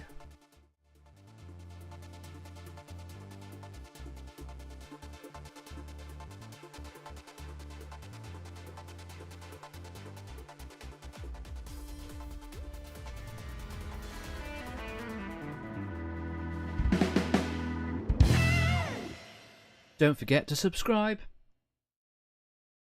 Got to say it to you. Didn't forget to do